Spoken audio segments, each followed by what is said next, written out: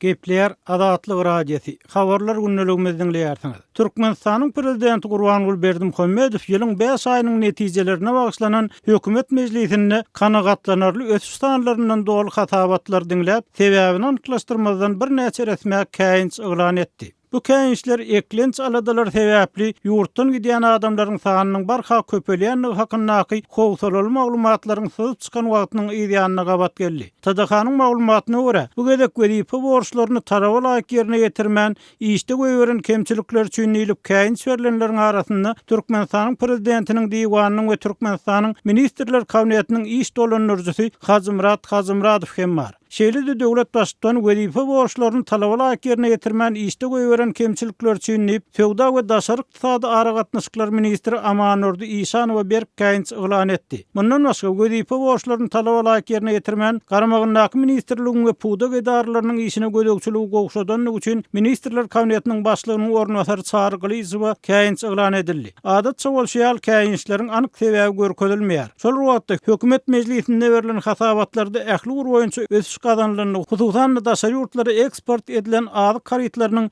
möçörünün köpelenini gaýdalýar. Türkmenistan ekspertlaryň çykarýan netijelerine görä, neft bahalarynyň global ardanlamasyndan soň iň agyr ykdysady kynçylyklaryny başdan geçirýär. Türkmen hökümeti bu krizisi boyun alman, daşardan getirilýän önümleri azaltmak, eksportyň ornuny tutýan we eksport edip boljak önümleri köpeltmek siýasatyny öňe sürdi. Emma yerli kynçylar soňky 30 ýylda bilimli, hünärli adamlaryň ýyl-ýyldan azalmagy, bürokratik päsgelçilikleriň we korrupsiýanyň artmagy netijesinde önümçilik mümkinçilikleriniň görnetýän peselenligini, ýurt içindäki bazarlaryň iň esas az karytlary bilen hem üpjün edilip bilinmeýänligini habar berýärler.